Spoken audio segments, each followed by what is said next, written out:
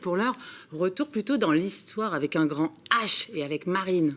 Eh oui, bonjour mesdames donc. Bonjour Marine. Est-ce que vous connaissez des hommes de Cro-Magnon, mesdames? Bien sûr, je parle pas de vos ex. Pas personnellement, non.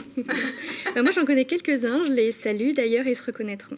En fait, je vous parle des hommes de Cro-Magnon parce que ce week-end j'ai regardé en replay un documentaire tiré de ce livre de Jennifer Kerner, Eric Pincas et Thomas Siroto qui s'appelle donc Lady Sapiens. Il parle donc de préhistoire. Est-ce que tu peux nous en dire plus sur cette période, Marine? Oui, alors déjà, ce qu'on appelle la préhistoire, c'est l'époque comprise entre le moment où on a eu l'apparition des premiers humains, et non pas les premiers hommes, et l'apparition des premiers écrits. Alors en gros, j'ai cherché sur Wikipédia, tout va bien, 2,8 millions d'années avant notre ère, jusqu'à à peu près 3600 ans avant notre ère. Depuis toujours, quand on parle de préhistoire, il y a une question qui me taraude. Comment ils faisaient les hommes préhistoriques pour se reproduire? Oui, parce qu'ils n'étaient forcément pas comme nous, puisque je l'ai bien vu à l'école, il n'y avait pas de femmes. Oui. C'est vrai, ça on parle toujours de l'homme de Cro-Magnon, de l'homme de Menton, du chasseur-cueilleur, le fameux. Exactement. Et pour ça, en fait, on a une bonne explication. En 1868, aucune d'entre nous n'était née en Dordogne. On met au jour une sépulture fossile. L'archéologue Louis Lattré affirme alors que ce sont des hommes. Il se base pour ce faire sur une réalité simple. Ce sont là des gens qui sont enterrés avec des armes et des outils. Et ça, c'est les trucs d'hommes. En réalité, il y avait aussi une femme, mais le mal est fait à l'époque et va se transmettre comme ça dans tous les pans de la société. Second exemple, Cavillon, 1872, on trouve un squelette. Vu la musculature, ça ne peut être qu'un homme, tout le monde est d'accord. Hein. C'est la création du mythe de l'homme de Menton. Parce qu'en fait, c'était pas un homme. Eh ben non.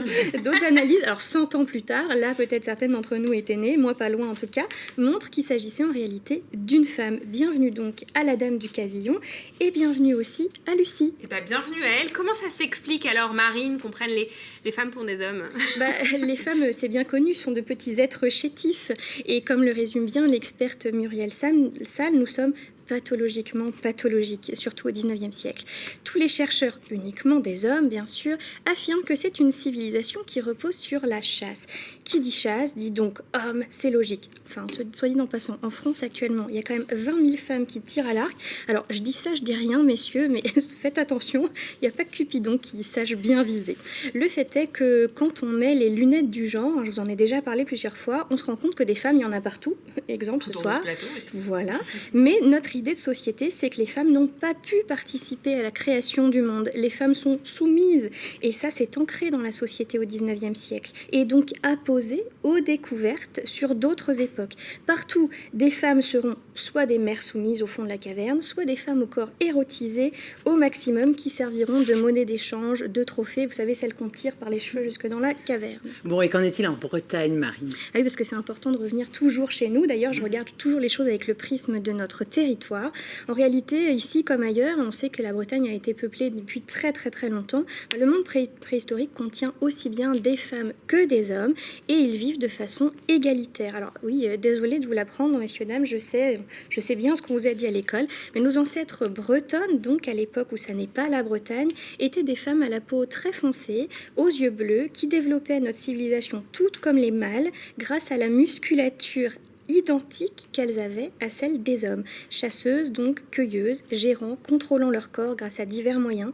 Les femmes étaient enterrées, elles aussi, avec donc des outils et des armes. Donc la préhistoire, c'est pas qu'un truc viril, quoi, d'homme.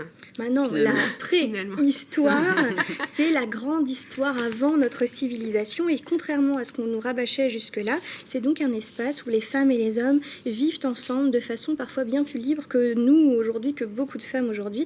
Mais comme je vous ai déjà retourné le cerveau et les stéréotypes, je vous propose de vous en reparler dans une prochaine chronique. Mais on a hâte, Marine, finalement, la préhistoire n'y vivait pas mieux, on n'y vivait pas vieux, mais on y vivait mieux, non? En tant que femme, Ouais. carrément. Allez, trêve de philosophie. Retourner à l'ère de la préhistoire, alors finalement. Place à la littérature.